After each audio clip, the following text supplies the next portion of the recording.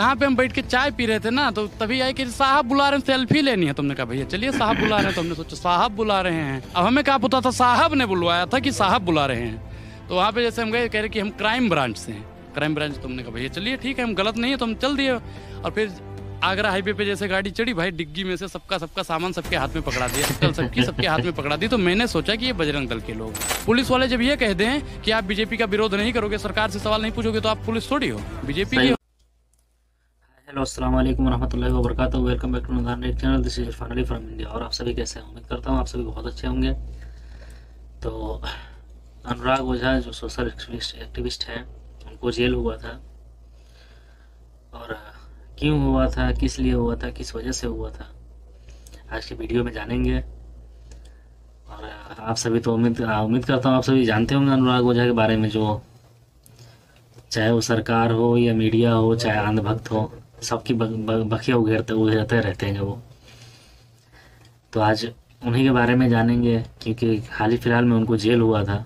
Police ऐसे ही उठा के ले गई थी, बोली थी चलिए साहब बुला रहे हैं, और साहब के चक्कर में अंदर डाल दिए बेचारे को। तो आज की वीडियो में उन्हीं के बारे में हम लोग जानेंगे कि क्या हुआ था और क्यों हुआ था, किस वजह से हुआ था। और आप लोग का ज़्यादा वक्त जाया ना करते हुए हम लोग वीडियो पहले देखेंगे, फिर उसके बारे में चर्चा करेंगे। और आपने अगर चैनल को सब्सक्राइब नहीं किया तो अगर एक बार चैनल को सब्सक्राइब कर दें और बेल आइकन पर क्लिक कर दें, ताकि अगली वीडियो जब भी आए नोटिफिकेशन सबसे पहले आपको जाए।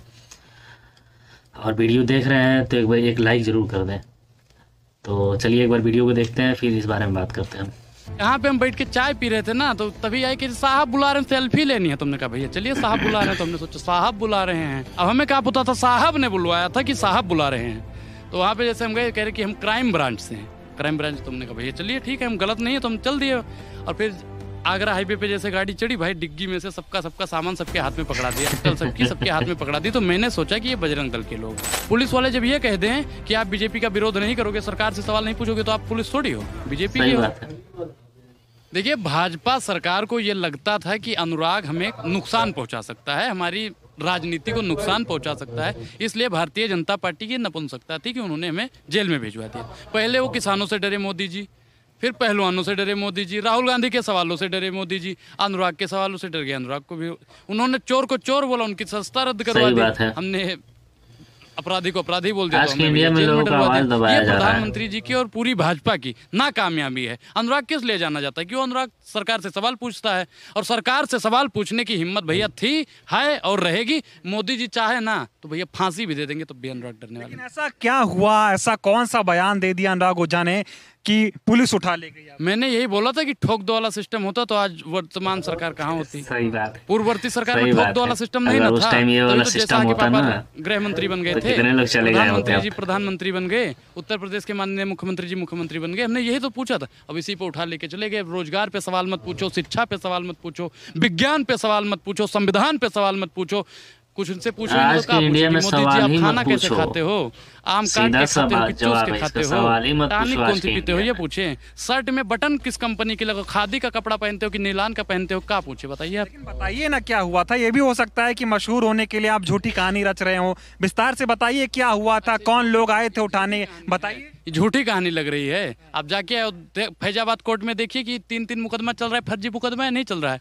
प्रधानमंत्री जी ने फर्जी मुकदमा लगवा दिया, अभी फर्जी है। 505 ब्रैकेट 2, 504, 506, पता नहीं कौन कौन सा मुकदमा लगवा देंगे। तो कह रहे हैं कि भाजपा के खिलाफ मत बोलिए। अरे एक चीज बताइए सर, आप पत्रकार हो, आप ये तो नहीं तय करोगे कि मैं बीजेपी के खिलाफ बोलूंगा या आम आदमी के खिलाफ, किसी के खिलाफ बोलूंगा। मेरी अभिव्यक्ति की आजादी है ना, आप मुझे रोकने वाले कोई नहीं होते। अब जो ले जा रहे थे वो कह रहे कि मोदी के खिलाफ मत बोलिए, भाजपा की नीतियों का विरोध मत कीजिए, ब्राह्मण जितने हैं भाजपा के साथ में, हिंदू जितने हैं भाजपा के साथ में। अब क्या हिंदू जो है भाजपा के साथ नहीं रहेगा तो हिंदू नहीं रहेगा क्या?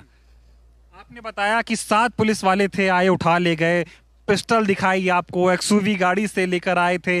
पहले बताया नहीं कहाँ ले जा रहे, बाद में पता चला कि आपके ऊपर केस कर दिया गया। हाँ, यहाँ पे हम बैठ के चाय पी रहे थे ना, तो तभी आए कि साहब बुला रहे हैं, सेल्फी लेनी है। तुमने कहा भैया चलिए साहब बुला रहे हैं, तो हमने सोचा साहब बुला रहे हैं।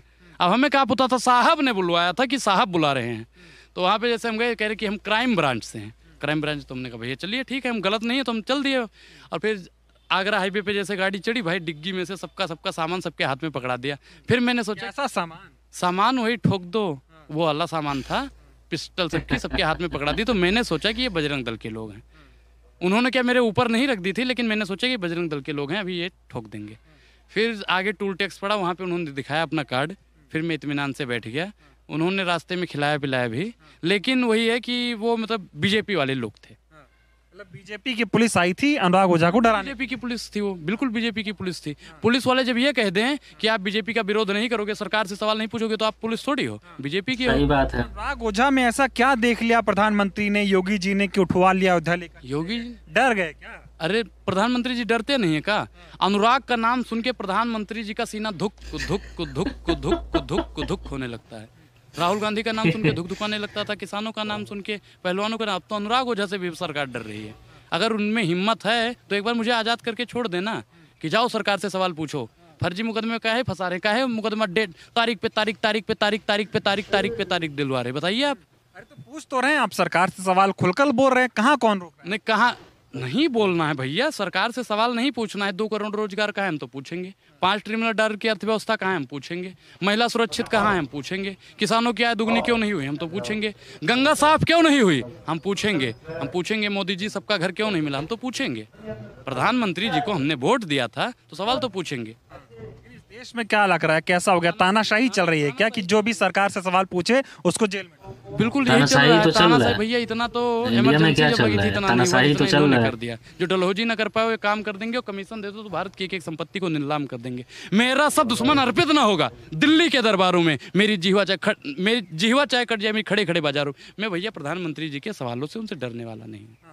ऐसा क्या है, प्रधानमंत्री तो अपने आप को कहते हैं ना कि मैं जनता के लिए काम कर रहा हूँ, जनता गरीब परिवार से हूँ, तमाम तरह की वो बातें करते हैं। तो इतना बुरा थोड़ी हो गया देश का प्रधानमंत्री कि अनुराग ओझा जो है उसकी आलोचना करता रहे, बुराई करता रहे, गाली देता रहे? गाली मैंने उनको कौन सी गाली दे दी? सवाल पूछना गाली लगता है? सवाल तो सब लोग पूछते हैं। और प्रधानमंत्री जी ने 2014 से पहले ही बोला था कि लोकतंत्र को बचाना है, भाइयों बहनों मित्रों, तो सरकार से सवाल पूछो।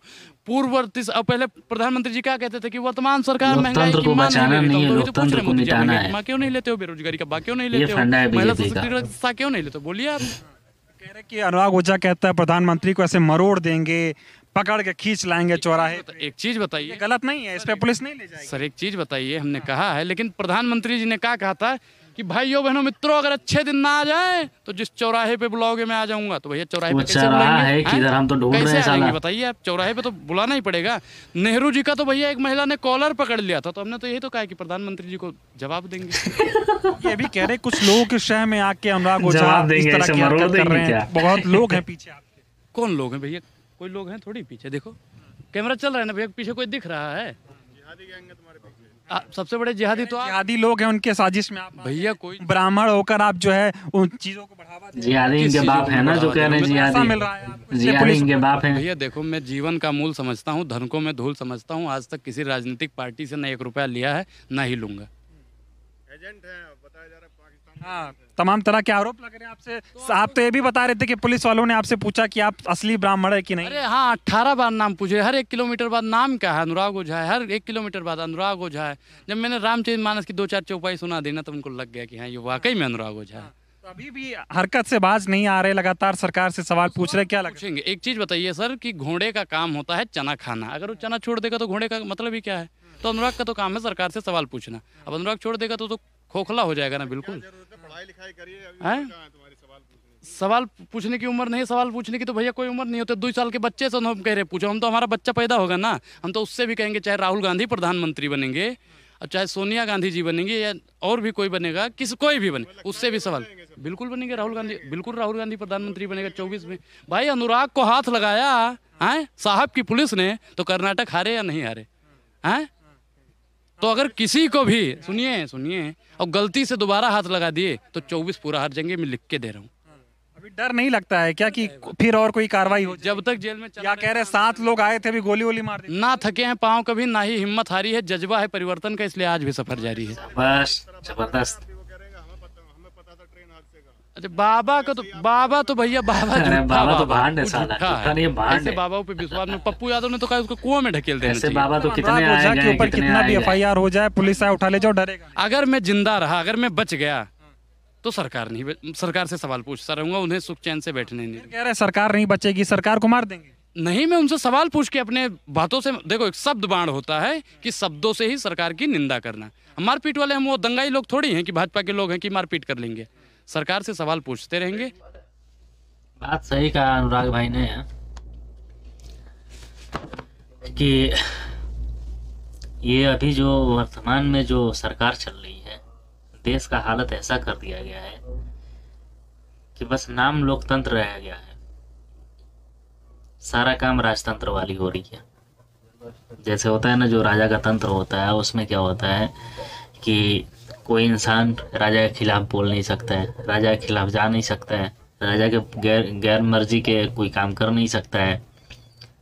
ठीक है, तो अभी वही चल रही है। लोगों की बातों को दबाया जा रहा है, लोगों को मुंह बंद किया जा रहा है, अगर जो नहीं मान रहा है उसे जेलों में डाल दिया जा रहा है। आज के इंडिया में यही हो रहा है और सरकार यही चाहती है। क्या आपने नहीं देखा संसद में सेंगोल रखते वक्त मोदी जी का रवैया कैसा था?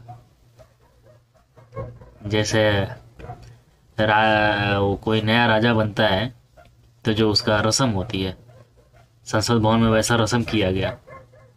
और मोदी जी सारे चारों तरफ से पंडित हैं और बीच में मोदी जी सेंगोल लेकर चल रहे हैं। तो इसे राजतंत्र ही तो कहेंगे, लोकतंत्र वही कहेंगे। राजाओं की तरह व्यवहार कर रहे थे मोदी जी, जैसे वो बहुत बड़े महाराजा हो। तो आप भी इस पे सोचिए, क्या सही है क्या गलत है। और वीडियो अच्छी लगी हो, अगर आपने चैनल सब्सक्राइब नहीं किया तो चैनल को सब्सक्राइब कर दीजिए और बेल आइकन पर क्लिक कर दीजिए, ताकि अगली वीडियो जब भी है नोटिफिकेशन सबसे पहले आपको जाए। और वीडियो देखें हैं तो वीडियो को एक लाइक ज़रूर कर दें, क्योंकि आपका एक लाइक और एक सब्सक्राइब हमारे चैनल के लिए बहुत महत्वपूर्ण है। तो चलिए मिलते हैं अगली वीडियो में इंशाल्लाह। खुदा हाफिज़।